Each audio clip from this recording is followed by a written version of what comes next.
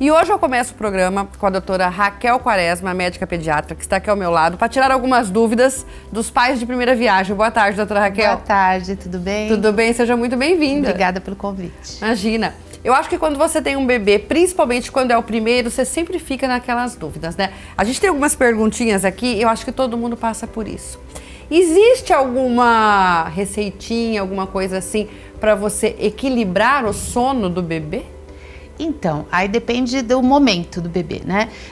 No primeiro mês, principalmente, eu falo que é um turbilhão de emoções, né? Tá no olho do furacão. Então, assim, a mãe fica muito aflita se tá indo bem na amamentação, se a criança tá bem amamentada, se tá ganhando peso. E nesse momento tem muito esterogestação, que o bebê não entende que não faz parte mais do ventre materno. Então, nesse momento elas se confundem. Será que tá chorando muito, não tá dormindo muito porque tá passando fome, ou é cólica, ou é disquesia, o que que tá acontecendo?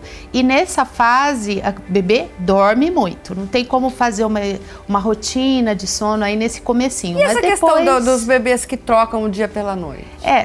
Dia e noite nós temos, né? Eles não têm. Então a gente precisa adaptar para que eles entendam o momento de um sono mais reparador. E isso né? Realmente depende da mãe, dos pais? Depende. Eu peço sempre para ter uma rotina. Então, Araçatuba é um local quente, né? Essa região é quente. Sim. Então, não precisa dar banho no meio-dia. Você pode deixar o banho para o final da tarde, que na verdade é a hora da bruxa, a hora que o bebê dá mais trabalho. E o banho, ele vai relaxar esse bebê. Aí, na sequência, você deixa um sonzinho. A gente tem os ruídos brancos, que lembram o momento intraútero, que ajudam para o sono também. E ter uma rotina de horário certinho todos os dias para tentar colocar o bebê para dormir. Tem que estar confortável e sem muito ruído e nem iluminação. Então, quanto menos luz, melhor. Às vezes a mãe coloca aquele abajurzinho de patinho, tal, fica bem em cima do neném e aí é um sono agitado. Então, pode fechar a porta e deixar só a frestazinha debaixo da porta que ele vai dormir melhor. Porque tem bebês que você escuta as mães falarem: ai, meu filho dorme a noite toda. E a outra fala assim: ai, o meu nunca dorme. Então, essa diferença não é do bebê, é todo aquele processo que vem por trás disso. Ou seja, são os pais fazerem essa adaptação com o tempo. E a gente que trabalha com criança sabe que, assim, às vezes a mãe quer uma receita para a criança ficar mais calma e mais tranquila, só que na consulta ela já está assim. A mãe já é agitada, então a família é agitada, o ambiente é agitado. Então não tem como você ter um bebê calmo, né? Ele vai entrando naquele ambiente. Cólicas também depende aí da mamãe?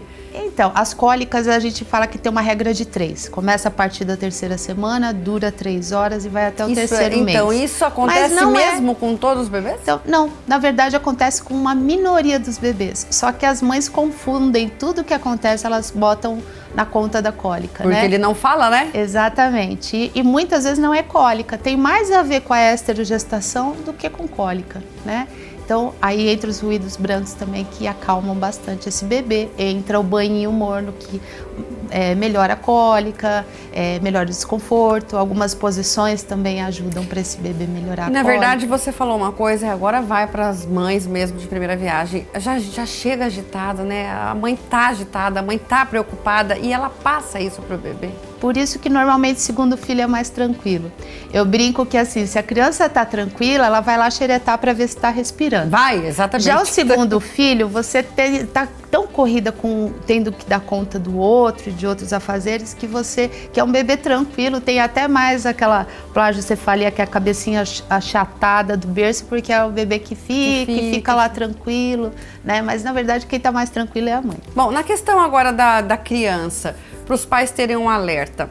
Qual seria o alerta que aquela criança não está tendo uma saúde mental muito legal, que tem alguma coisa errada, doutora?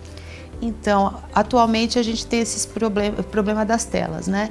Então, eu sou a favor dos pais tem que monitorar mesmo, tem que ter tempo de tela. A gente estava falando do sono, não pode ficar na tela uma hora antes, não é para mexer em celular, não é nem a gente também, né? Sim. Ainda mais as crianças que têm um período que seria aceitável aí. Então, eu acho que esses problemas mentais vêm disso, vêm do cyberbullying, né? Esses bullying virtuais aí que essas crianças têm sofrido. E para as mães estarem atentas em quais as redes seu filho está conversando, tem os problemas da pedofilia. Então, eu acho que assim, a saúde mental das crianças, a gente viu assim, depois do Covid, eu nunca mandei tanta criança para acompanhamento com psicoterapeuta. Aí vem os transtornos de ansiedade, os síndromes de pânico. Tem uma fase entre 1 e 6 anos que a criança começa a ficar com mais medo de dormir sozinha, tem mais medo, e também vem o medo de perder os pais. Então, nessa fase, também a gente vê a criança ter um pouquinho mais de transtorno de ansiedade, quando muda de colégio. Então, observar seus filhos, observar as vestimentas dos adolescentes, nesse calorão, ficar o dia inteiro de moletom. Você precisa ver se ele não está fazendo automutilação, o que está acontecendo, o que está acontecendo com essas crianças, e conversar mesmo. Olha, eu tenho uma pergunta aqui que acho que é diferente disso que a gente falou, né? Os sinais de alerta que a criança pode ter algum distúrbio mental. Aí é outra coisa aqui, né? Ou seja, que essa criança não esteja dentro de uma normalidade. Dá para os pais terem essa... Na verdade, no acompanhamento de puericultura, de rotina com o pediatra, a gente olha se o desenvolvimento neuropsicomotor dessa criança está ok. Então, assim, a gente tem que ter um pouco de cautela, porque cada criança tem o seu tempo, mas tem os atrasos também, né?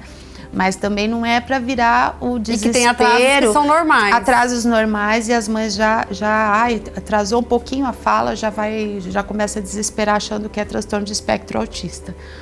Calma, que isso tudo tem que ser avaliado com cautela. É um transtorno de espectro, então tem várias vertentes, a gente tem que observar o todo dessa criança. O TDAH também, que a gente... Sim. Nessa agitação, será que a criança está agitada porque ela é proativa, é uma criança que é mais ativa na escola, ou realmente ela tem um transtorno de hiperatividade?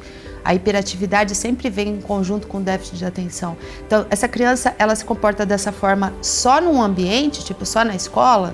Será que não é da escola? Porque se for um TDAH, esse comportamento não é só na escola, é na natação, é no judô, né? No inglês, nas outras atividades, né? Então, a gente tem que ter um pouquinho de cuidado com esses diagnósticos. Uma coisa que acontece bastante nesta época do ano agora, né, não só em crianças, são as questões dos resfriados, tá? Existe alguma coisa para prevenir? É possível? Como que é isso? Eu costumo falar sempre a mesma coisa, que para prevenir os quadros infecciosos durante a infância, 3 coisas. Vacina, que infelizmente a gente está com essas taxas terríveis aqui na região, no Brasil inteiro. Vacina, imunização, uma boa alimentação e incentivar essa criança a fazer atividade física durante toda a infância.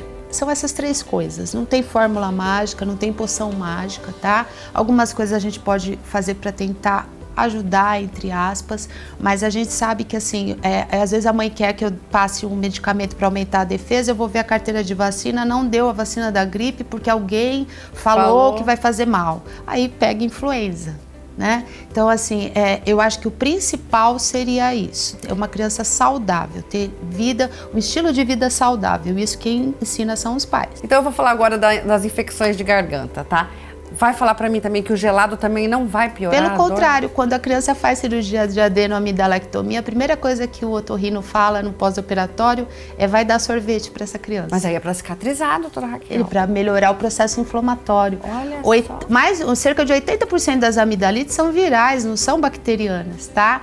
Então esse quadro viral, quando a gente pensa no vírus, ele entra pela via aérea superior, nariz, vai para a garganta e depois vem a tosse. Então sempre vem uma gargantinha doendo. Isso não quer dizer que precisa de antibiótico e nem foi culpa de andar descalço nem de tomar o gelado. Mas que o quentinho dá uma aliviada, dá, não dá? É uma questão de aliviar o sintoma, um chazinho, né? Alivia, um eu acho. À noite você dá um chazinho, mas não existe isso de não pode tomar nada gelado. Bota essa molecada descalço agora, porque vai ajudar os pezinhos também, né? Exatamente, exatamente. Bom, eu gostaria que você deixasse um recado para as mães de primeira viagem que estejam nos assistindo e que tem toda essa preocupação que a gente falou aqui agora, né? Eu acho que o que é normal, né? Sim, primeiro filho, a gente que é pediatra também apavorou o primeiro filho. Mas eu acho que assim, confie no seu pediatra, não deixe de ir nas consultas de puericultura. Anotem as suas dúvidas, porque principalmente no primeiro, segundo mês, a deprivação de sono é terrível, né? A gente falou de sono aqui no começo. Então elas não dormem, elas esquecem tudo. Tanto que eu vou falando, repetindo da vacina todas as consultas, porque elas esquecem tudo. Então anotem suas perguntas, suas questões, perguntem para o seu pediatra, não façam o que viu na internet, o que alguém falou, pergunte para quem está acompanhando o seu filho. E só para nós encerrarmos, qual a importância real, até na questão de prevenção de doenças, a importância eu não vou dizer amor, porque é óbvio que todos os pais amam os filhos, mas aquela convivência, aquela coisa mais, aquele contato mais assim, isso realmente ajuda muito o desenvolvimento de uma criança, né, dos pais. Totalmente, totalmente. Hoje em dia a gente vê assim, a criança brincando ali sozinha e o pai no celular, a mãe no outro e a criança ali, né? Então assim, educar com amor e atenção. Né? A gente não pode delegar isso para professora, para inspetora Agora da escola. A gente volta no que você falou, sai um pouco da tela, os pais, né, para poder ter esse diálogo, para poder ter esse contato, esse toque mais próximo dos seus filhos, né? Sim. Isso ajuda fundamental. Muito. Mais uma vez, obrigada pela sua participação e conto com você mais vezes, ok? Eu que agradeço.